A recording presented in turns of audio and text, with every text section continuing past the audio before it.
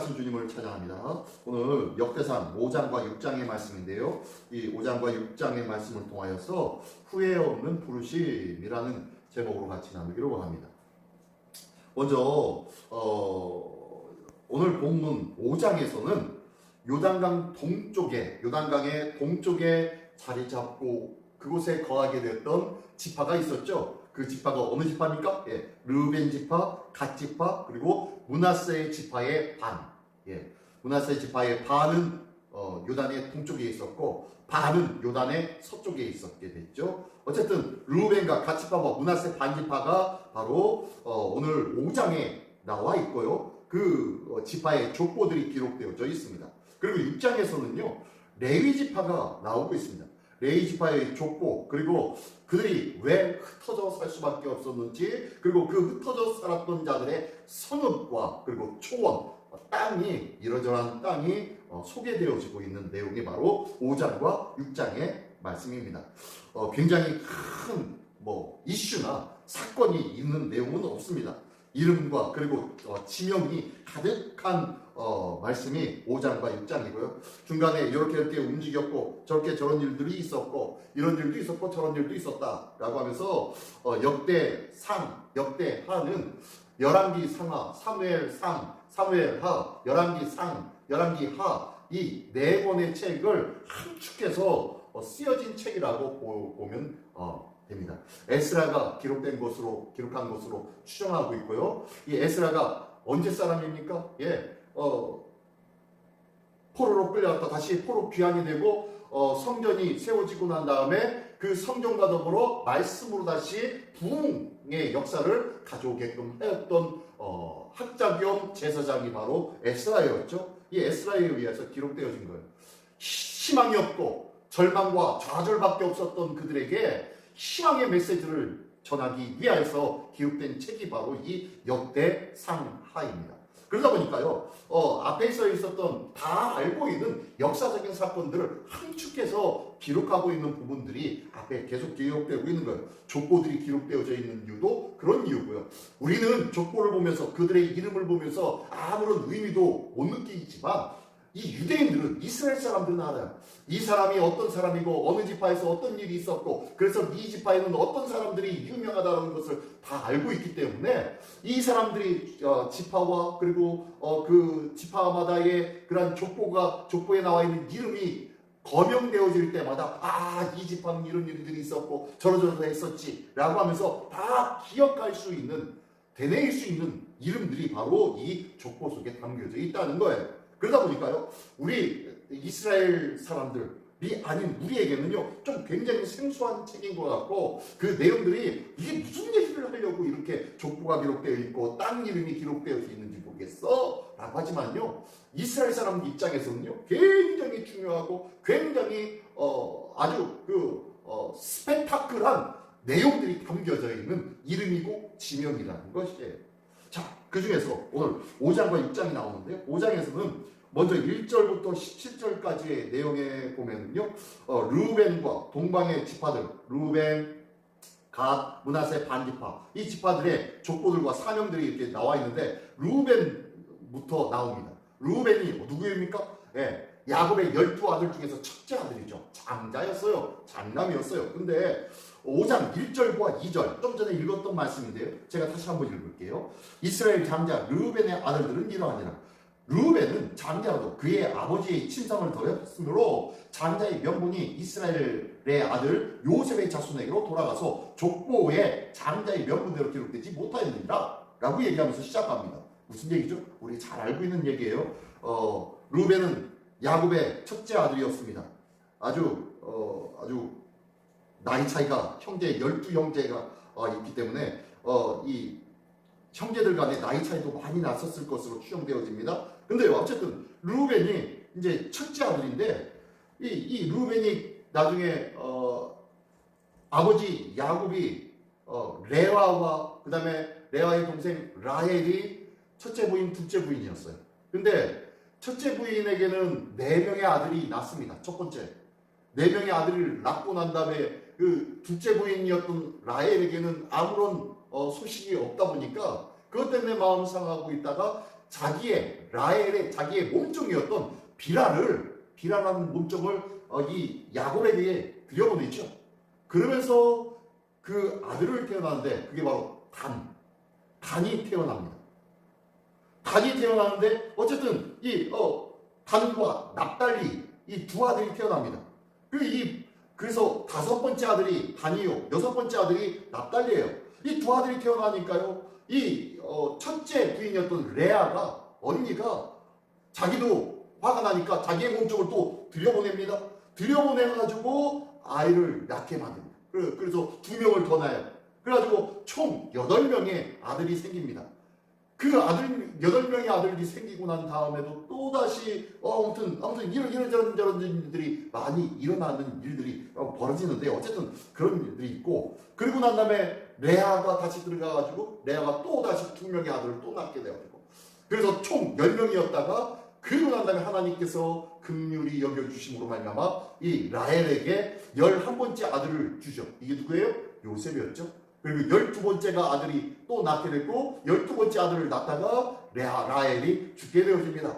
그 12번째 아들이 누구예요? 베냐민이었죠.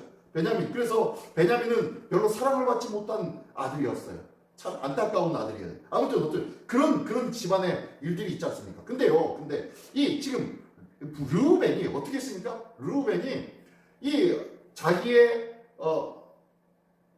작은 엄마 라헬의 몸종이었던 이 비라가 단을 낳고 납달리를 낳았는데도 불구하고 이 비라를 어떻게 해요? 겁탈을 해버립니다. 누가요? 이 르우벤이요. 그래서 너무너무 이 야곱이 화가 나가지고 이 르우벤을 장자의 자리에서 그냥 탈락시켜버리는 거예요. 그래서 그 얘기하는 겁니다. 르우벤은 장자로도 그의 아버지의 침상을 더럽혔으므로 장자의 명분이 이스라엘의 아들 요셉의 자손에게로 돌아가는 게 요셉에게로 돌아가는 거예요. 누구예요? 요셉의 자손 누구입니까? 에브라임과 므낫세. 에브라임과 므낫세에게 장자의 그런 축복이 거기로 다 넘어가 버리는 거예요. 그리고 장자의 명분이 결국엔 누구에게로 또 갑니까? 네, 유다에게로 넘어가서 유다를 통하여서 어떻게 해요? 믿음의 계보가 이어지게 되어지죠. 어떻게 이런 일들이 일어난 것이 바로 르우벤이라는 이 장자의 모습입니다.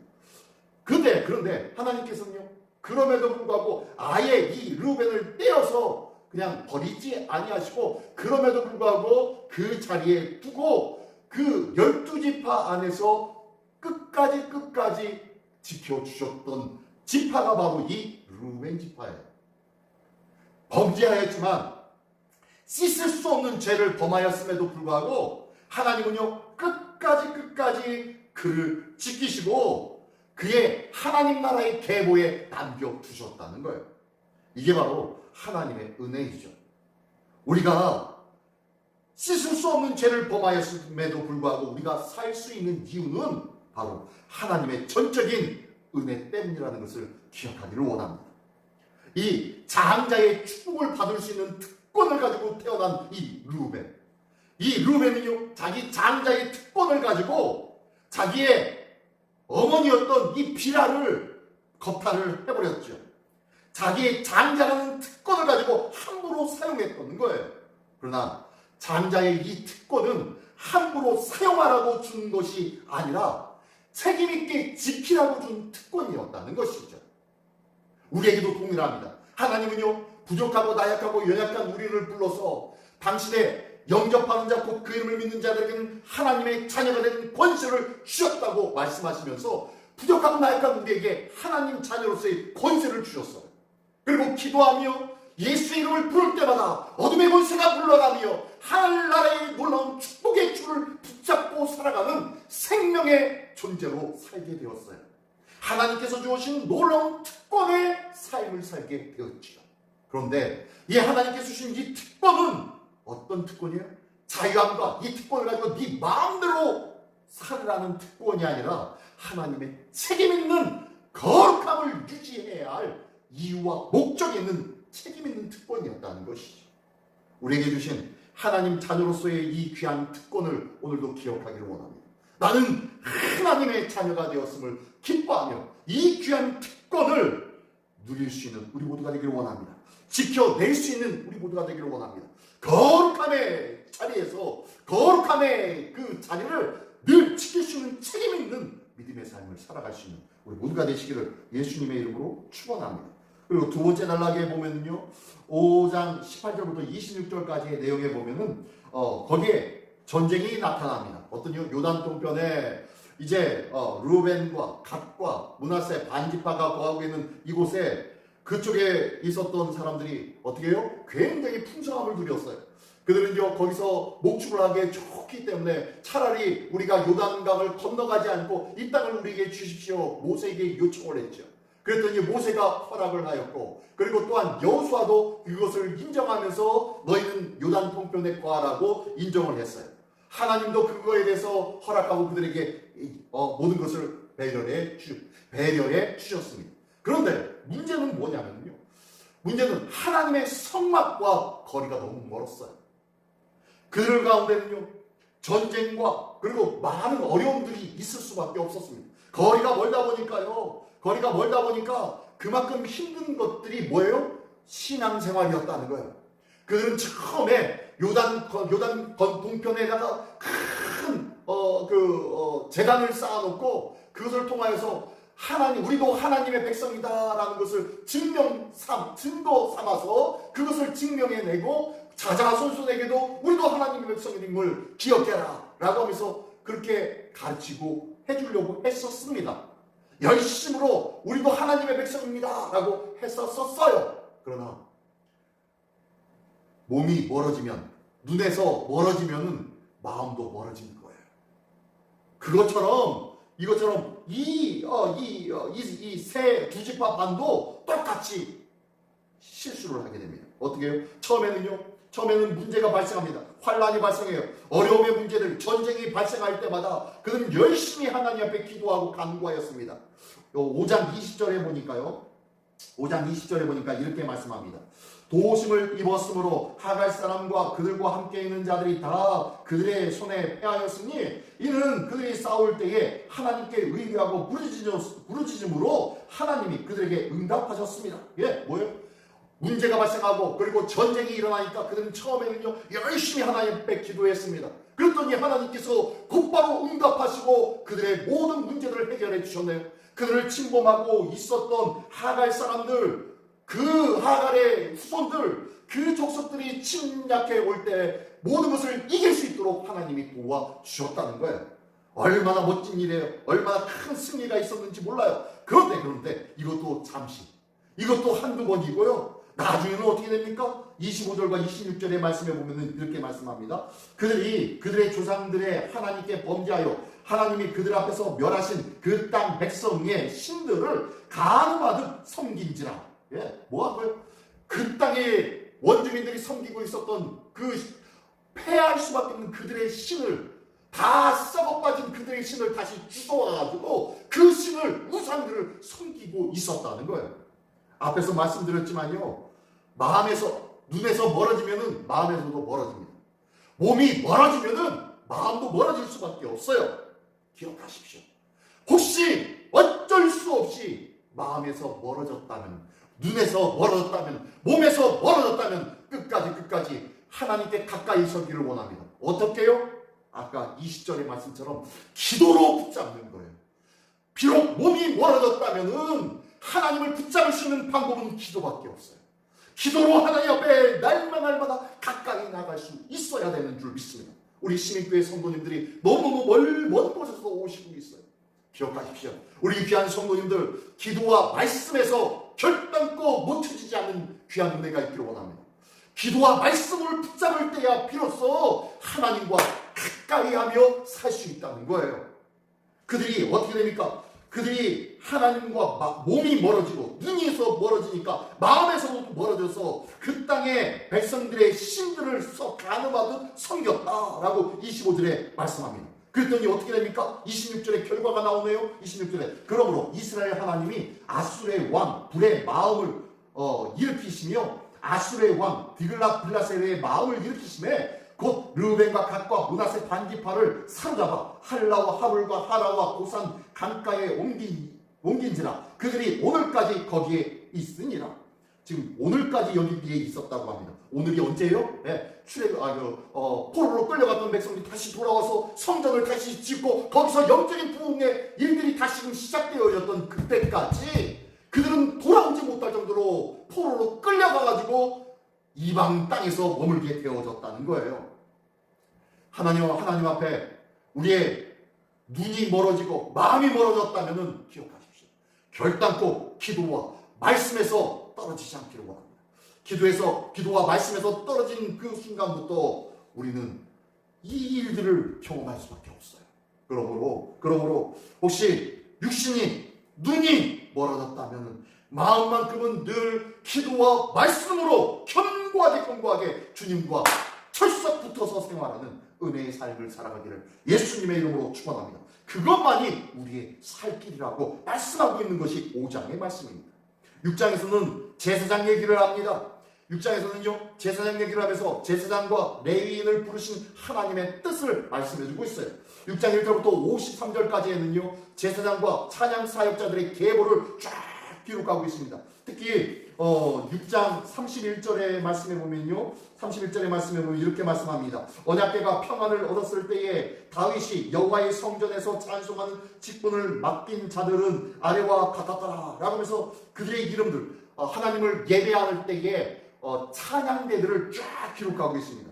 찬양하는 자, 악기를 다루는 자, 그리고 뭐하는 자 하면서 그 예배의 중심에 찬양이 있는데 그들의 이름을 쫙 기록하고 있는 거예요. 이 기록한 것은 뭡니까? 바로 우리가 그렇게 부름을 받았기 때문이라는 거예요. 너희는 택하신 족속이요 왕같은 제사장이라고 우리 주님께서는 말씀하고 계십니다.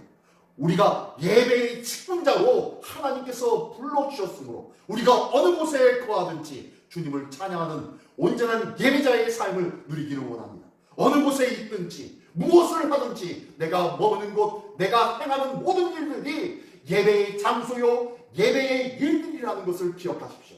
나의 직업과 직장이 예배의 초소가 되어지기를 원합니다. 내가 머무는 곳곳이 하나님을 예배하며 하나님을 찬양하며 하나님을 증거하는 예배의 초소가 되어지기를 원합니다. 이 귀한 은혜가 있기를 원합니다. 또한 54절부터 81절까지의 내용에 보면요, 이런 레위인들에게 주어진 거처를 이야기하면서 두 가지를 주세요. 두 가지를. 첫 번째는 54절의 말씀에 보면요, 54절에 보니까 제가 읽어드리겠습니다. 그들의 거주한 곳은 사방 지게 안에 있으니 그들의 마을은 아래와 같으니 아론 자손 곧 그앗 종족이 먼저 제비를 뽑았으므로 라고 하면서 제비를 뽑아서 그들이 12지파의 각 곳곳으로 나눠집니다. 그리고 그들이 거하는 곳곳마다 이 레위 지파는 다 흩어져서 생활할 수밖에 없게 되어지죠. 그러나 하나님께서 그곳에서도 어떻게 해요? 거주할 성읍과 또한 초원을 모두에게 다 허락해 주십니다. 비록 레위 지파는요, 하나 모여서 그들이 한데 모여서 한 마음으로 힘있게 주의 일을 감당할 수 있어야 되는데 그러지 못했어요. 다 뿔뿔이 흩어지는 그러한 지파가 되어졌습니다. 하나님을 찬양하고 하나님을 예배하는 자였는데도 불구하고 흩어질 수밖에 없었어요. 하지만 그들에게는요, 하나님이 흩어졌지만 그들에게는요, 성읍을 허락해 주셨고 초원을 허락해 주셔서 그들이 먹고 살 수 있는 땅을 주셨습니다. 무슨 얘기예요? 우리가 어느 곳에 있든지 그것이 결코 중요한 것은 아니더라는 거예요. 하나님이 가는 곳곳마다 함께 하시고 그리고 하나님이 지켜주시며 너희는 무엇이든지 원하는 대로 구하라 그리하면 이루리라 말씀하여 주신 것처럼 또한 우리가 구할 것은 먹을 것이요 입을 것이요 뭐 이런 것들이 구하는 것이 아니라 먼저 그의 나라와 그의 의를 구하라 그리하면 이 모든 것을 너희에게 더하여 주시리라 라고 약속한 말씀처럼 이 레위인들에게는요, 하나님의 나라를 위해서 하나님의 비전을 위해서 살아가는 자에게 먹을 것과 입을 것과 세상 사람들이 구하는 것을 하나님께서 친히 먼저 채워주시겠다고 약속하셨다는 것을 믿으시기 바랍니다. 내가 어느 곳에서 무슨 일이 있든지 걱정하지 마십시오. 염려하지 마십시오. 하나님은 반드시 우리에게 채워주시고 믿음을 지킨 자를 하나님께서 함께하여 주실 줄 믿으시기 바랍니다. 내가 거하는 곳이 주님께서 허락한 주님께서 약속하신 장막이요 또한 은혜의 기업이 있는 곳이 되어질 줄 믿습니다. 그곳에서 내가 맡겨진 사명의 일들에 열심으로 감당할 때 하나님은 내가 생각한 것들보다 더 뛰어나고 위대한 것들로 채워주시고 풍성케 하여 주실 줄 믿으시기 바랍니다. 이 귀한 은혜의 말씀이 있는 것이 바로 6장 54절부터 끝까지 81절까지의 말씀입니다. 오늘 역대상 5장과 6장 아주 큰 장을 같이 나누는데요. 여러분 꼭 한번 읽어보시면서 참 이게 무슨 의미일까? 라고 하지만요, 오늘 들려진 이 말씀을 기억하면서 다시 한번 읽어보십시오. 하나님이 얼마나 심각하게 일하고 계시며 얼마나 우리를 위해서 좋은 것들로 채워주시기를 힘쓰시고 애쓰시는 하나님이신지 오늘도 이 5장과 6장의 말씀을 통하여 분명히 보고 분명히 깨닫는 참 예배자의 삶을 살아가는 우리 모두가 되시기를 예수님의 이름으로 축원합니다. 기도하겠습니다. 전능하신 주님 감사합니다. 오늘도 하나님의 거룩한 진리의 말씀, 은혜의 말씀을 다시 한번 묵상하며 다시 한번 읽으며 다시 한번 하나님의 하시는 일들을 기억하는 바 되어주는 하나님의 사람으로 서게 하여 주시옵소서. 오늘도 우리가 거하는 곳곳이 하나님을 예배하는 곳이며 오늘도 내게 맡겨준 귀한 사명의 일들을 묵묵히 감당함으로 하나님께서 공급하여 주신 하늘의 신령한 은혜와 또한 양식과 생명의 것들로 체험받고 인도함 받는 하나님의 사람으로 든든히 세움받는 우리 모두가 될 수 있도록 인도하여 주시옵소서. 오늘도 하나님의 놀라운 채워주심과 인도하심을 고백하며 간증하는 복된 날 되어지기를 원하오니 주여 도와주시고 이 믿음의 승리자가 되게 하여 주시옵소서. 거룩하신 하나님의 은혜로 오늘도 풍성하게 채워주실 줄을 믿사오며 사랑하신 예수 그리스도의 이름으로 감사하며 기도드리옵나이다. 아멘.